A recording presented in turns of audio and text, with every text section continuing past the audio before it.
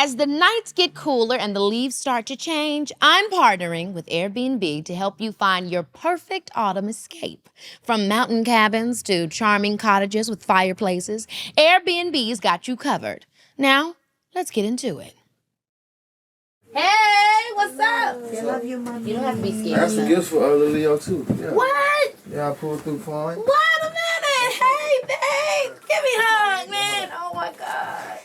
Look at that. He got you this.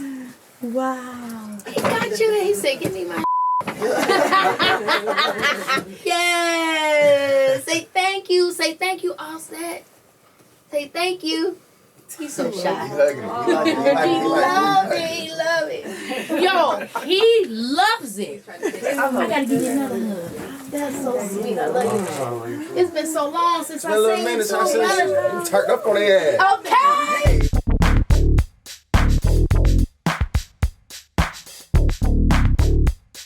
All right, y'all, today's guest I have been wanting to talk to for a long time. You might have first heard him as 1/3 of the iconic trio Migos, but that was just the beginning. Now he's charting his own path as a solo artist, and he's already proving himself as a hit maker in his own right. He's also a family man, a businessman, and someone who's always one step ahead, whether it's on the music charts or in fashion, okay? He's fitted. Offset, welcome to the show. Yeah. Thank you for having me, Keke. You know you're my sister. You know what it is. Yeah, so we go way back to the Atlanta days. Hello. In the studio, chilling. In the studio cooking. Yep. How have you been? It's so good to see you. I've been pushing, man. Okay. I love the music I've been putting out. I've been making in the lab. And I know you've been real experimenting with a lot of different stuff. Little James Brown stuff you mentioned before. Obviously, you always talk so positively about Michael. We all love Michael, but you've been mixing a lot of things. Yeah, I just want to always get into like a character or like some inspiration when I'm working on a new project. Yeah. I feel like sometimes it don't work out for me saying it out loud. I feel like the music sometimes is a better place for me to put it at.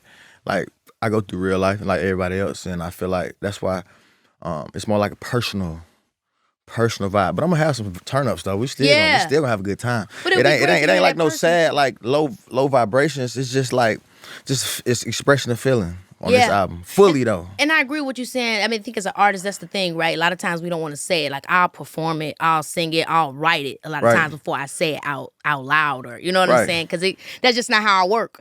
So, exactly. Now, you also dropped the single "Swing My Way" featuring I don't know how to pronounce her name. Who? Anak.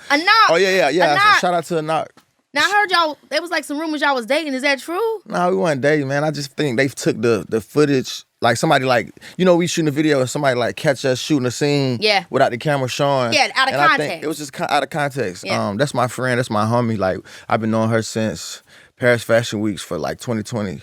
So it's like, it's my dog, and I just wanted a black, beautiful queen to be in the video. That's all it is. Period. You know Shout out to Anak, period. Now, fashion, real quick, I got to get into that because what has fashion been for you? I feel like you, the Migos, I feel like what y'all have represented and how y'all have ushered fashion in has been a big part of your storytelling. Yeah. Was that something that you always felt, or did it grow over time? It was something I always felt, even when I was young in high school, like in Atlanta, when polo was the thing, and like Jordans and stuff like that. I just always attracted myself to fashion. I feel like you get to identify yourself, you get to express yourself in fashion. There ain't no limits. You know what I'm saying? I like going left a little bit, like clothes that I feel like people in maybe rap might not understand or might want to do. You know what I'm saying? I feel like it separates yourself. Fashion is such a big place, and it's like an open field for fans too. So like, and when you respect it in that space, it takes a long time to get respected in the space, but once you respect it and you're like leading people on what to wear, it's like, it feel good for me to wear something a certain way, and then I see it start being the way they doing it. You know what I'm It's like an unspoken language. Exactly. But you mean, you always been setting trends and making the waves, for sure. For sure. Now, I got to go back to the beginning because we both are child entertainers. You know what I'm saying? Yeah. Like, you was a dancer in the music video for Whitney Houston's single, What You Looking At, when you were just 10 years old. So, I mean, I got to know, were you acting at that time? Were you, like, what level of performing were you doing, or did that just happen? I wasn't. My mama seen something in the newspaper, and my mama always been a strong supporter of me, like, entertainment since I was little, like, at the little family functions, dancing. Yeah, that's my family with me. My mama was like, they having some trials for a video. She was like, I think the kids gonna be. We didn't know it was kids. So when I first went in, it was like adults and stuff like that. And she was like, just do your thing. And then they pointed me out like, who this little boy is right here. And then that's how I got the spot. Wow. And so after that, did that make you start doing more stuff seriously as a performer? Nah, we was in a bad situation. My mama ain't have it, so like, Yeah. I was super happy to make my mama $300 though. Okay. I got paid $300 for that. Like, so I was happy with that. I made the house $300, and then I did one more thing that people don't really know about. I did a video with Usher and TLC. I'm not sure what the TLC. Well, it was TLC song, but Usher was there. He had like a cast on. I'll never forget. I was a kid. I got to meet him. I ain't never get to tell him that either. Yeah. So when did you get a chance to get back to entertainment professionally? Probably like, was it at the time of the Migos? Was that your first time re-entering again? That was re-entering, yeah. That was so my how did first it come time. about? How did you decide? How did y'all say, hey, we're going to be a group. We're going to be the Migos? It was really a neighborhood thing. We was the only 3 rapping. And like, everybody laughing like, yeah, but y'all ain't rapping, da-da-da. And then we made Bando, and then that caught like our community where we from, our neighborhood. And then we started to like go to Atlanta open mics, maybe this amount of people in here, 5 to 10 people in there. And then we just kept pushing our mixtapes and trying to find like people. Like shout out to DJ Knight. He was one of the first DJs that like shout out him. Plugged us in with like my live mixtapes. And in that era, because back then before it was like the Apple and all that, you wanted to be like, you was the top dog if you was #1 on my live mixtapes and my mixtapes and stuff like that. So yeah, we was just the only ones from Gwinnett too. Yeah. Pushing that. So and it worked out. Did you know that it? I mean, that's a stupid question because who knows that kind of thing. But did it feel as special as it was when y'all were building it? It felt special the whole time because we just believed in it so much. Like, couldn't nobody tell us we weren't finna get on. Wow. And so we did it. I mean, when you look at what the Migos have done, they changed not just rap and hip hop, but what y'all did also changed pop culture at large. Right. From the way even people sing on the track. You know what I'm saying? Not just rap on the track. What do you think about that? Like how like does it really sit in you? Do you feel like it's really that known and you guys get that credit? I feel like the flowers ain't always been given. Yeah. You know what I mean? Because I remember when we first came in, it was like, yo, they like bubblegum rapping or whatever. Yeah, yeah. And then to see it like do big people like we just saw with Katy Perry and they like having our flow on their songs. But it's not a thing where I'm like, man, they need to. Because I know what I did. It was never we never came into it like, oh yeah, we trying to change the world with it. It's just something God did. So just keep pushing. It's like, but it's known though. Yeah, that's why I'm like, sure. I know it. People that It's know, known for sure. it's known for sure. Like, especially if you know music and you're hearing how things are being affected and changing, then you know. Y'all one of the main names that come up. When did everything really feel like it hit another turning point? Because obviously you guys had you've had a lot of hits. Would you say it was Bad and Bougie? Would you say it was the culture? Like, when did you feel like, oh, we done really went further than I even thought? Bad and Bougie. Yeah. Because, it's a #1 record, you know what I'm saying? And then you're not into, when you first get into the game, you're not really into it for, like, the stats. Yeah. You into it to, like, get your money up or touch people and who rock with you. But, like, once we got that #1, it was just kind of, like, it became more serious. That's the only thing I don't kind of like, too, though, because after the #1, it became more of a job and, like, more serious. Now you trying to focus on catching that #1 again or, like, trying to make a record as big as that when all of it was fun and it just was an organic thing. Yeah. So, yeah. Damn, that's deep. Everything changes once everything becomes so successful. Right. Yeah. But then I made Ric Flair drip by myself and it was just like, oh, I ain't know I could do this. Yeah. How do you explain, like, when y'all tapped into the flow that became the Migos flow? Was that what it always was when y'all was in Gwinnett County, or did it slowly become where y'all knew, oh, this is our pocket? And, like, what was the process behind that? It really came from Takeoff, R.I.P. my brother. It really came from him because he just was like, he was doing it. And we was like, bro, what that is? He was just naturally doing it. He was so young during the time, probably like 17. When we first was starting to get a little buzz. And then we just stayed in that pocket. And then so when it touches, it was like all of us. And then he the humblest one, so he ain't saying nothing, but it's really homie. It's really Tate though. And did you feel like y'all's intention was just to get people moving, to make people dance?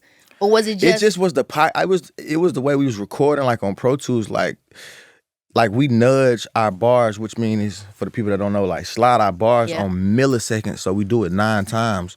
So it's like, it's a pocket that you will fit into a beat. Like sometimes most people do music and they ride the bass, but we might ride the snare or the sounds behind that you don't know to make those sounds pop out some more.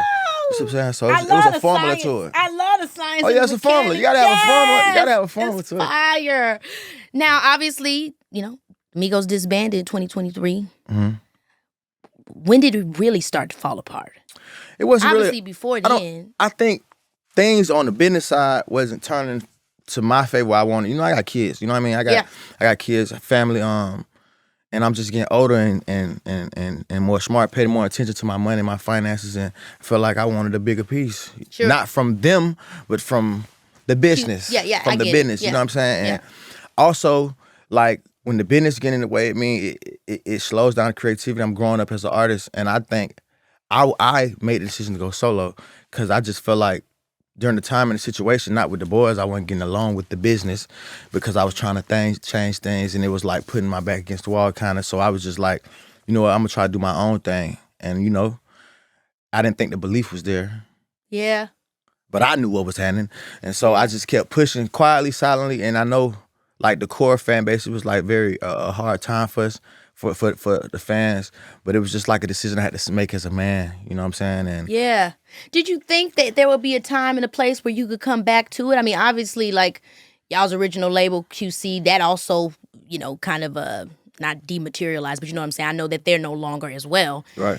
So did you think, hey, maybe at some point I could go back to Migos, I do my solo thing, you know what I'm saying? I come back to Migos. Nah, and it could be, I don't want to go backwards. You know what I mean? Really? I don't want to go backwards. And if I did, it would be on my time. You know what I'm saying? Because I'm trying to reach those heights as Migos did as a solo act, and I feel like it's confusing. Yeah. When you dip and dab, when you go back and forth with it, and I feel like I love my creative freedom. Yeah. You know what I'm saying? And I mean, obviously, it's not the same with Takeoff. Exactly, and we never. It could never be the same without my boy. So it's like, because he was the glue, the whole time. He the glue. He the glue to everything. Like okay. In a group you got egos, man. It's like we grown men, we got millions of dollars as egos, but homie would humble that at all times. He might go group text. Well, y'all lame. Well, what y'all doing? What we doing? He just kept us as one, like seeing the vision. Because, in the industry, man, all these different people pull you. Somebody pull you. You could be this and you could be that, or you the one, or you the one. And Holmes would always like, hey, we doing this for our mamas, and God put us in this position. And like, you would have to respect what he's saying because he's not lying. You know what I'm saying? And so when him missing, it's like that glue missing. And then also, I'm just on my own path. When people like that pass away, especially so suddenly, it had to make you think. What did you think? Because like you saying, like he was a good person. You know what I'm saying? To be honest with you, I never really said this. Like I felt like I had that, like some responsibility was on me. Because what if I didn't go solo? What if I just thugged it out with the business not being right? You know what I mean? Maybe we wouldn't even been right there. Or in that place, because I just know how we move when I'm around a little bit. Like, it's just, I could read the room a little bit more, see, hey, this ain't the play, we need to get up out of here. I'm the one that's gonna say it. And then I wasn't there, so it's like not having control of something like that so close to you. And then people talking, not knowing what they talk about. That's tough. Saying he with me or saying this and that, that's like tough, man. Like, but all I could do is, I feel like I never forget my roots, right? So me pushing, as long as I keep pushing myself, I'm still representing that because that's still my family. At the end of the day, I'm still Migo. At the end of the day, when I go back to my neighborhood, it's a crew of us and we Migo. So it don't never go away from me, but I just got to hold the torch. That's how I feel. I got to hold it down. How did that affect your relationship with Quavo? Because I know he was there when Take passed. You know what I'm saying? How was that first conversation coming out of that? Because, I'm sure there is anger because you're like, what the hell happened? What was y'all doing there? Like, how did y'all get through that if y'all have? At that time when that happened, it's like a time for brotherhood. You know what I mean? Everything go out the window. And then I think that, like, with time and space, it's a guilt on both ends, you know what I'm saying, with that happening. Because I know you probably feel like I feel like our faults and stuff like that because of what we had going on. And I love Quavo. I think it's just better for us to be on our own different things. Now we could come back to some maybe a couple years from now. You know what I'm saying? The plan was always for us to be doing our thing as solo acts top because I feel like that's what separated us as a group. Anyways, like that's why we were so big and we lasted so long is because each man could hold their own weight. Quake could go over there and do his thing. Mm-hmm. Take could do his thing. I could do my thing. We still gonna bring hits solo and as one. And so we got the power to do that, so we just got to do it. And then maybe, with success on both sides, could bring things back. But I don't know, it's hard, I mean, man. and people are always talking, too. I think that's the thing, too, when you're such a high-profile artist, and you have such huge fan bases, people are always talking. I mean, whether it's about money or relationships or he with his girlfriend and they was doing this, like, when y'all see that, aside from the fact if there's truth to it or not, do y'all hit each other and say, yo, is this true or is this real? Do y'all, like, how much of that affects what's happening in real time, what people are saying online? At this point, no, we don't even talk. So it's like, whatever they say goes. Either way, it's like that, though. I feel like online, like, whatever the people say, it's crazy to me. But whatever the people say, it goes. You know what I mean? So, because, like, it's a lose-lose. You speak on it one way, then they're going to flip it. Or if you say this, or if you say the real, people believe what they want. And negative, people like negativity more than anything. If I drop an album dissing 10 people on my album, I guarantee I get more streams than if I just drop a clean album. Yeah. Just any artist, not just me. Any artist. This is how it is. The negativity sticks. So I try not to feed into it and dive into it, especially if I know it's cap. It's cap. It's like, what's the point of me even reaching out to see what's going on? Or I just take it in and I just turn the channel and try to focus on something else. Yeah. I already got a lot going on. Yeah, you do. You do. Do you feel like, I guess the better question I want to ask is, who were you when you entered Migos? And what kind of artist are you now? How have you been changed? I like. You got a good question. You know what I mean? That's a good question. Baby, this is Keke Palmer, yeah. Y'all, I have been scrolling through Airbnb looking at the most gorgeous Victorian mansions in the Catskills. And let me tell you, your girl is ready for a fall moment. I'm talking spiral staircases, tower rooms with panoramic forest views, the whole vibe. Like, imagine me and my friends making apple cider in a vintage kitchen, telling stories by the fireplace and watching those fall leaves change from a wraparound porch. Woo! And the best part? I always look for the guest favorite badge, which means it's one of the most loved homes on Airbnb. Because listen, when I travel with my friends, we need more than just a basic room. We need space to really sink into the experience, to make memories. And trust me, hotels just don't give you that this place has a story feeling. Whether you're dreaming of a cozy cabin in the woods, a desert hideaway like my favorite spot in Joshua Tree, or yes, maybe even a slightly spooky mansion for fall, Airbnb has exactly what you're looking for. This message is brought to you by Apple Pay. When the temperature drops below 65, you'll find me in my natural habitat, cocooned in my favorite blanket, watching my shows. And no, I'm not moving. Why should I? I love that Apple Pay lets me live my best hibernation life. I'm ordering dinner, booking my autumn cabin getaway, and shopping online for more blankets, and all from my cozy command center. I absolutely live for how seamless it is. From my iPhone, I just tap the Apple Pay button at the online checkout, a quick Face ID scan, and ding, transaction complete. No need to unwrap myself from this blanket burrito to grab my wallet from the other room. What I appreciate most is how Apple Pay lets me skip all those never-ending online checkout forms. Ooh! The way I see it, less time filling out payment info means more time to getting back to my shows. And that's the kind of multitasking I live for. Next time you're online shopping or in-app, just look for that Apple Pay button or contactless symbol at checkout. Trust me, it's giving work smarter, not harder. And that's exactly the energy we need. Pay the Apple way. Terms apply. All right, when I first started, I ain't gonna lie, I was getting in trouble a lot. Okay. How old was you? When we first as known. When you started your artistry. Oh, when we started artistry, I was about 14. That's dope. 14. Yeah. So then about 15, you get to feeling yourself in school. 16, I was getting in trouble a lot. And that's why when we first started, I was locked up. And they was pushing, because we already had the foundations, we already had the songs done, Versace and all these songs done, and we just started to happen, but I was in jail, and so I didn't take it serious. Yeah.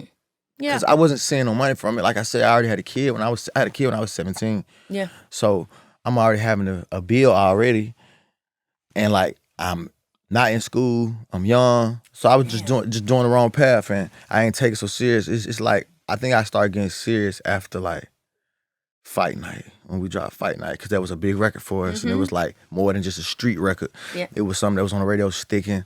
We shot the big video. We shut down Peachtree Road in Atlanta, and then I started taking it serious. Time to be alive. And then the artist I am now, like, is totally different because I care about everything detail. I'm super creative. I want to make sure I'm getting a message across with everything I do. So it ain't just something I'm just doing for no reason. And what is the message? Because that's a good question. Like, this album's message is, like, about me as Key Ari, my real name, who I am, like, taking the Offset mask off. Like, I'm regular too, bro. Like, I might not do everything perfect. I ain't gonna do nothing. I ain't gonna do everything perfect. But, like, everything that happens with me is not gonna be golden. Like, I'm gonna have ups and downs. And so that's the message I'm getting across. Like, you could be like me. We the same. You just look at me as like an artist that maybe got money or like famous, and if I could not be famous, I wouldn't be. Wait a minute, what you mean by that? Because it's too much. Like, it's just like... You want to be the artist, but you don't necessarily want the fame. I don't like the new fame. Let me say that. Like how like I was saying, that people control everything. I feel like what people say matters. Like, you can't, and then you can't really express yourself. You got to watch how you express yourself now. Like, back in the day, artists, they could just say whatever they felt. Well, there's not an immediate person saying or questioning it back. You know, there's not like somebody that's, you know, looking into it or pulling it away and taking away the context. A lot of times we hear stuff out of context. Somebody might say something, they didn't hear the first sentence. They just got the first clip, and then now that's what you said. Right. And that does mean that your narrative gets out of your hands. You're no longer, the process of controlling your narrative, and not because you're fake, but controlling your narrative because you care about what you have to say, it becomes more difficult, for sure. Right, and another thing, too, with the new, I call it the new fame, because it's like... Come on, new fame. That's it was mystery to the artist back in the day. Well, not even too far along. It was mystery to the artist. Yeah. You didn't know. Now it's like, people want you to show you everything you're doing, the steps you're doing, it got you there, after the effect. Then it's a number thing. Then it's an opinion. Like, people just follow what they see. It's just like a bunch of followers, and there's no mystique to being an artist no more. So how do you create from that process? What then becomes your, how does an artist not care or overly concern themselves with what people say or their critique on their personal life and still stay in that zone, in that flow? Confidence. Like, everybody be saying, like, some folks be saying, like, I don't care. We all human. You care what somebody's saying about you. But it's like, I know I got good product at the end of the day. And I feel like good product always is more powerful than anything somebody's saying. Because a hit is undeniable. Yeah. It's a lot of artists that ain't had no hit for 10 years. They come with some bomb, and then like everybody like, oh yeah, we cheering for him. Let's do it. It's just like that. So the product just need to be good. And now, are you an independent artist? Or are you signed with somebody? No, I'm still signed. But to Capitol Records. Okay, to Capitol. You with Capitol. But it's just me. I'm curious. Motown Records. They did a lot of merging and a lot of things didn't happen. Motown, but yeah, Motown. So you with Motown. I'm curious of what has the difference you've seen as opposed to working with Quality Control and how they distributed the music and how you were going through them, as to what it is now, just it being you straight to the corporation. Like, did you feel like there were any benefits? I love the benefits. There's benefits to being locked in with my label. Like, I don't know what people are talking about with the label. Like, you communicate with them, and you can talk direct to them. You're gonna get the mission done. Because it's like we all it's a team thing. So like, I feel like a lot of artists bash labels because they don't be connected to the label. Like, they being told, like, maybe they just talk to their manager and their agent. I'm gonna call Tom Marsh. I'm gonna call my boy up. Yo, I want some help with this, or what's a better way for me to do this, or what's going on in this in this pocket, or I could do better. Short-term content I learned short-term content is better than going to do $500,000 video in this time and age. And that's me connecting with people at my label and seeing data and seeing stuff like that I never heard of. I mean, especially if you're just trying to do a single or pop a single off. It depends on what kind of, artist that you're trying to be. Right. And obviously you got the credentials to call up Tom. I'm sure Tom ain't picking up everybody. Yeah. For sure. You know what I mean? But that's dope to hear, because I feel like a lot of times it's hard when you don't have a conduit. And so I was very curious, like, working with, when you have that smaller production company, sometimes they're a bigger benefit than it is going straight to the label. But obviously you've made your So you just use both of them. You use the label to give you the label gonna give you the alley-oop. You just gotta dunk it. You just gotta score. It's a team thing. It ain't no one side to it. Like, even if you is on your independent bag, like, you still some type of way that these people can help you. It's still a machine at the end of the day. Yes. Yeah. I feel the same way because I'm independent, but I mean, I work with corporations. I believe in collaborating. You can't do everything on your own. You just got to be smart about how you're doing it and what your expectation is, and know that you do got to put your own money in at the end of the day. But you got a strong foundation, too, though. Thank you. You come from stuff. You put in a lot of work to be able to stand on your own 10. Woo! A lot. You ain't lied. A lot. All my life I had to fight. No, so Cardi gave birth to your 6th child back in September. Congratulations. 6 kids, man. How is fatherhood going? Fatherhood is great. That's it's incredible. The best thing. 6 kids. I would love to have a lot of kids, too. You think you done or you want more? I'm through.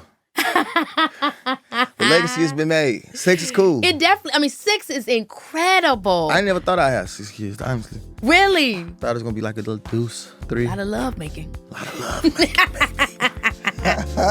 Baby, this is Keke Palmer, yeah.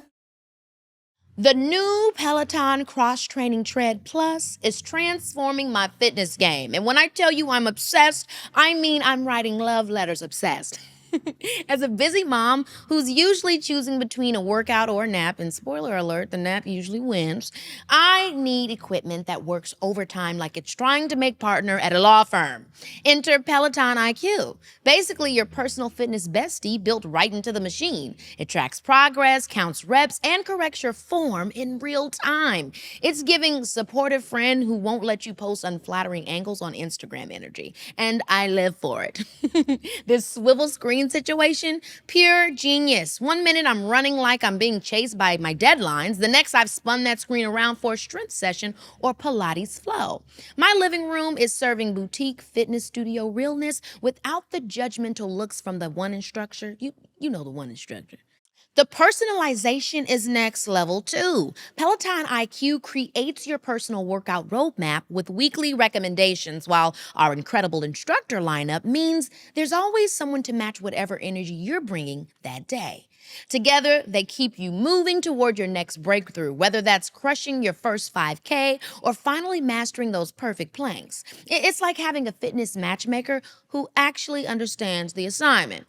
Let yourself run, lift, sculpt, push, and go. Explore the new Peloton Cross-Training Tread Plus at onepeloton.com. Time to level up your fitness journey from trying my best to looking like that. Now, when you had your first child, you were 17. What type of dad were you then, and what type of dad are you now? I know you said, there was a quote, you said, I'm a cool dad, not to play with. I lay the law, but I do it in my own way. Yeah. So what kind of vibe are you as a dad? I'm very understanding. Okay. But I don't play when you're wrong. You're wrong, you're wrong. You know what I mean? School first. You should, and I try to instill in my kids to find something that you like to do and do it to the fullest. Yeah, my kids don't play with me because I don't have to, like, I don't even gotta yell or do nothing like too aggressive. It's just like I have conversations with my kids, no matter the age, to let you know I'm your support. I got you. You call your daddy, I got you. I'm pull it right down for you. I got you. What advice you got for me? You know I'm a new mom. You just met my son. Anything I should look forward to or look out for raising a little black boy? Raising a little black boy, you gotta be rough with him because it's real life. You know what I mean? When he turns 15, you know what I'm saying, 14, he's still a black boy, and like it's wild out there for us black people. Still, I don't care what nobody say. It is. He needs to understand how to deal with the police when the police come up to him.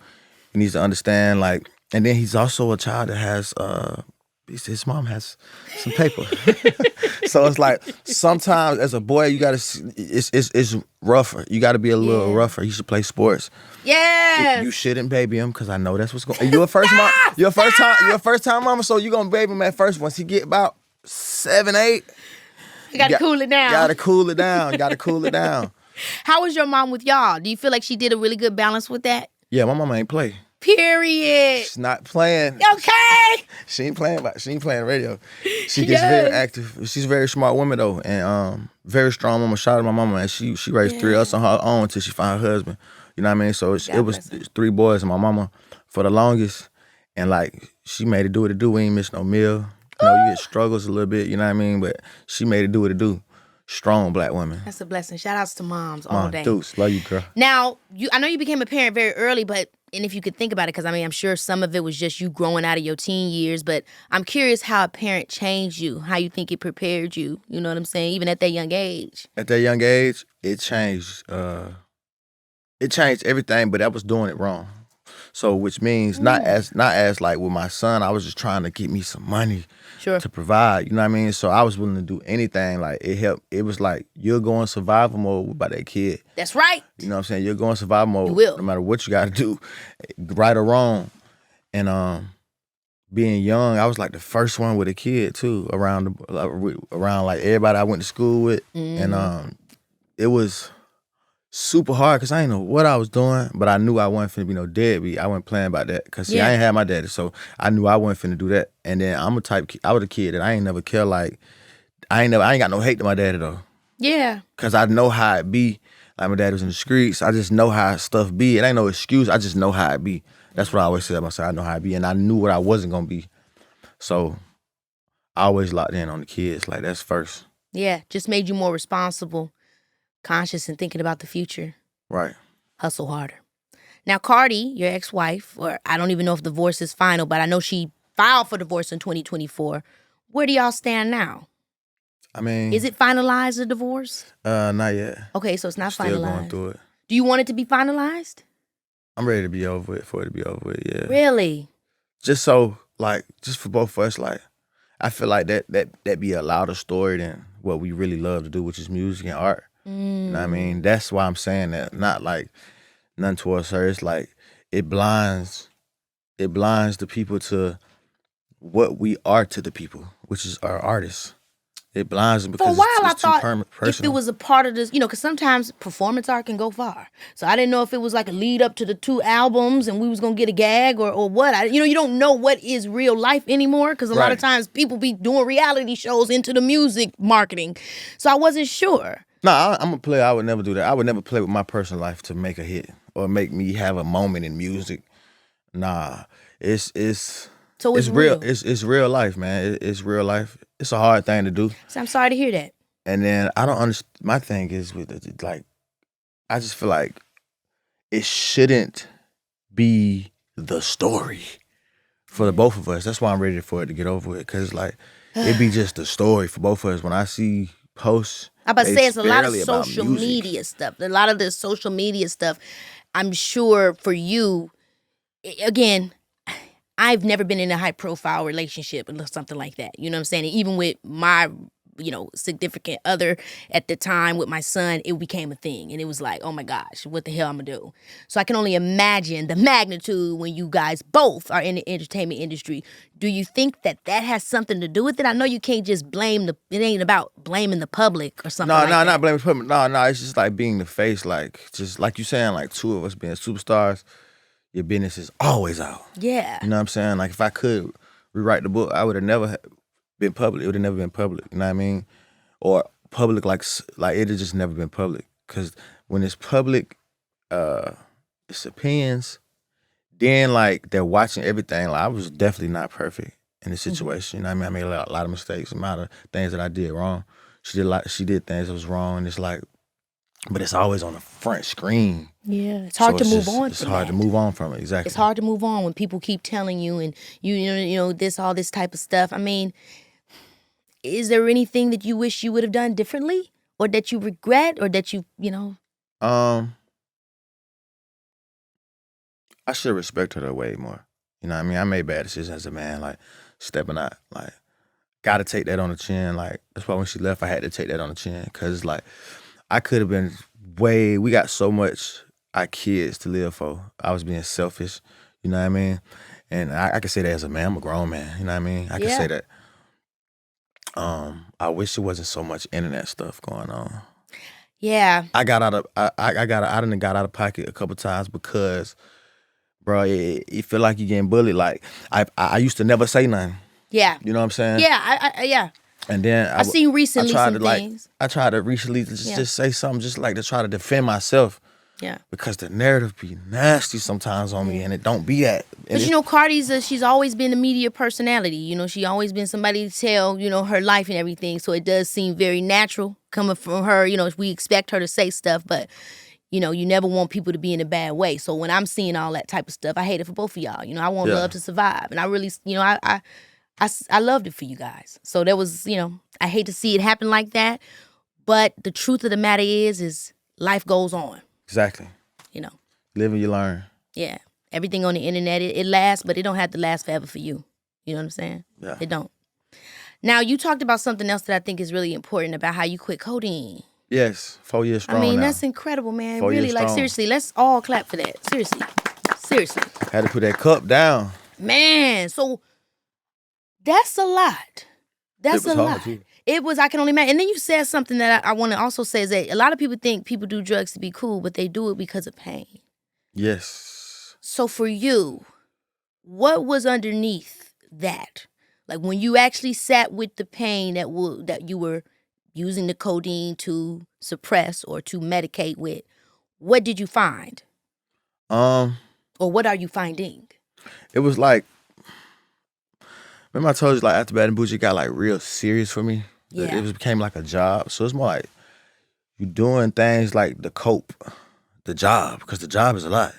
Traveling all the time, not being with your kids all the time, people saying this or that, being in the group, going against the business side of it.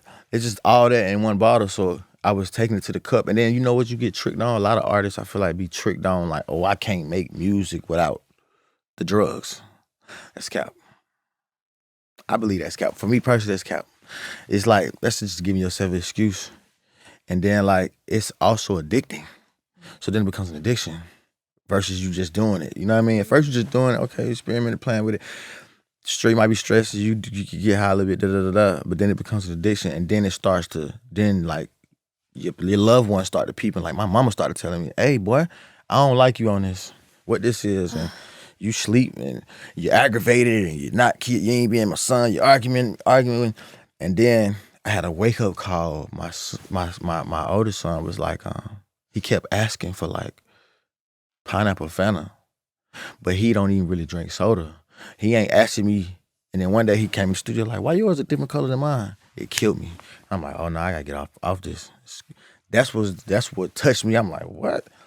Because it's like him paying attention, and he just kept asking, Dad, can I get a Fanta? And I'm like, bro, when you start drinking soda? He like, you drink it. And then one day I was in the studio, and he was like, yours a different color than mine. Why? And I was like, mine. Oh, I had to lie to him because I ain't know what to say. I'm like, mine just, it's old. I'm about to throw it away. And I just grabbed it and walked off. When I went in my room, it's just like, I damn near cried. I'm like, damn, I felt bad as a father, like, for my son to be trying to, he don't even know there's drugs in here, though. He don't know, but in my head, it's like him even just saying he want the same soda I want. It's just like, oh, no, I'm influencing him. And it was a thing with my family, like my mama didn't like it. Nobody in my family liked it, and they just kept saying it, and it started to hurt. Because I ain't no Jay or nothing, you know what I mean? And like, I'm successful, I got money, and it's just when your mama calling you, like, and she like, you need to get off that stuff. And she said 2-3 times, it hurt, for sure. It hit right, especially my mama, because my mama like my queen. But I think it's real in our generation where we sit and think, you know, we think about, so when somebody is an addict or an addiction, we assume a particular look. We think about somebody that's on the corner, old Jay that used to be down on 53rd. But no, that's actually not true. You know, having an addiction or being a person that's addicted to something, it can come in all types of looks and shapes and sizes. Exactly. And that's why sometimes it's hard for us to recognize it in ourselves or in our friendships. So it's a blessing that you have people that love you, man. That's what I'm about to say. I'm glad I got solid people around me. See, my mama gonna tell me, hey, buddy, you're that wrong. Every time, I don't care about all that. You're home, people ain't telling you, but I got people all around. My team gonna tell me. My creative director tell me, hey, you're tripping. So it's like I try to surround myself with people around me that's gonna put me in my place, because sometimes, you know, you got the money, you living life, can't nobody tell you nothing. Yeah. Or you get to moving that way, boy, you can't tell me nothing. I'm the one. But I always get that wake-up call from my core people, my family, which I'm thankful for having that. So this is the next evolution in your life, you know what I mean? And I guess you're now, single man or soon to be out of this divorce, which, I don't know, good or bad, how you feel about that. But now, what is this new theme of the next chapter of your life? If you could put it into a few words. I kind of... All right, so what I was going to do on this album, okay, I'm going to just keep it real. Like, I was going to speak on certain things and live with certain narratives. Okay. Because that's what's going to be the case anyways. So I'm just being raw with stuff, but it ain't so specific on my relationship. Okay. I'm touching on other things that need to be touched on too. You know what I'm saying? Like some things about the business, the group. Mm-hmm. Was there truth to you and Sweetie? No, man. It was a rumor, man, and I feel like it was something deeper than that for the split of me and bro. It was something deeper than that. You know what I mean? It was something deeper than that. I don't really want to touch on, but it's something deeper than that. I think that was just like that was a thing that was a bug that I heard. I think people was trying to tear my situation down in that situation. Mm-hmm. And you think there were business people that were plotting on you both? For sure. Yeah, and they were creating you guys, stopping you guys from being strong so that y'all couldn't go together against that. Exactly. Yeah. And then, because I would Sounds be seeing I would be seeing headlines. We men, so we don't play those games. We don't even know how to do that. And so it was just like, that was a weird thing though. That was kind of crazy. I mean, the lengths that people go in our industry to enmesh themselves in your personal life to get certain outcomes in business, their lengths are great. People crazy. have put my mom against me in situations just to get me to record a song I didn't want to record. So I know all about that type of stuff. And that's mom dudes. I know, but she had, she was a little black lady. She didn't know what these folks was doing. She just wanted to help me. You know what I'm saying? But that's what people do. They playing it dirty though. People play dirty. They try to do all that kind of stuff. So, I can only imagine. You know what I'm saying? What you guys had to endure. Sound like you ain't dropped some. Yeah, I'm talking some stuff, but it ain't no like. I'm not dissing. Shots fired. It's just I'm not doing truth. that. That's whack. I ain't doing that. I'm gonna give you me. I mean, this guy right here. Come on, glasses came off. This beautiful guy right here. You know what I mean? Exclusive. Hello. Okay. I don't want to let you go, but I gotta let you go. But before I let you go, I want to play a game with you. I play a game with all my guests, okay? Come on, let's do it. So we're gonna play a game called Sorry to This Man. I'm gonna play songs by artists I know you love, but the gag is you only get to hear 1 second of each track, and you gotta guess the song. Damn. 1 second? All right, come on. Okay, let's start. Come on, man. This is crazy. I can't get 5? Give him just like 3. That's my boy James. I feel good. James Brown, I feel good. See, that ad-libs. See, if you can just do that ad-libs. was so much. If you do ad-libs, I got it. For sure. Okay, next one. No more than that. I need to know the song. Mm-hmm. It's James Brown for sure. Get up off. No, that's not it. Hold on. Can you do the 1 second one more time, please?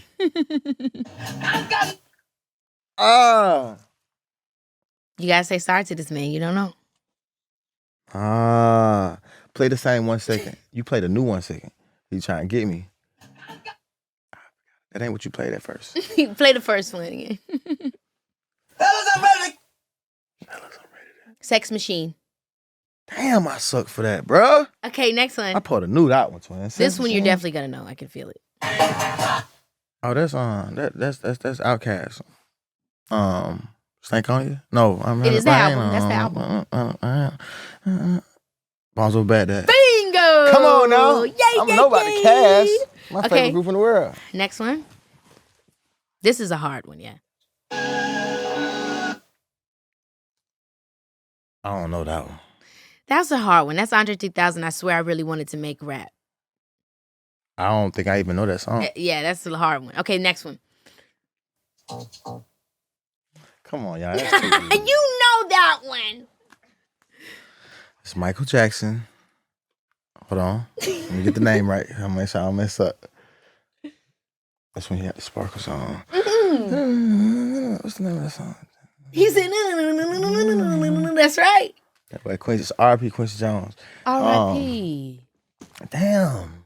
You said it. You know it. He said the whole visual. The right song, bro. Don't stop till you get enough. Don't stop till you get enough. But you said everything. You knew it. This is the last one. Michael Jackson fans gonna get me for that, bro. Damn. Girl. Come on, vocals. You feel that me? We can ride the boogie. No, that's not it. That ain't it. Play it again. Play it again. She played a weird part of it. Thriller? Bingo. Come on. But that's not what you played at first, though. Yeah, it was something weird. Her cues are a little uncued. And that's it. Thank you so much. Thank you, Keke, man. This is let me say something. This is a great interview. You asked the right questions, but not in a lame, messed up way to put me in a corner. I love you, sister. I love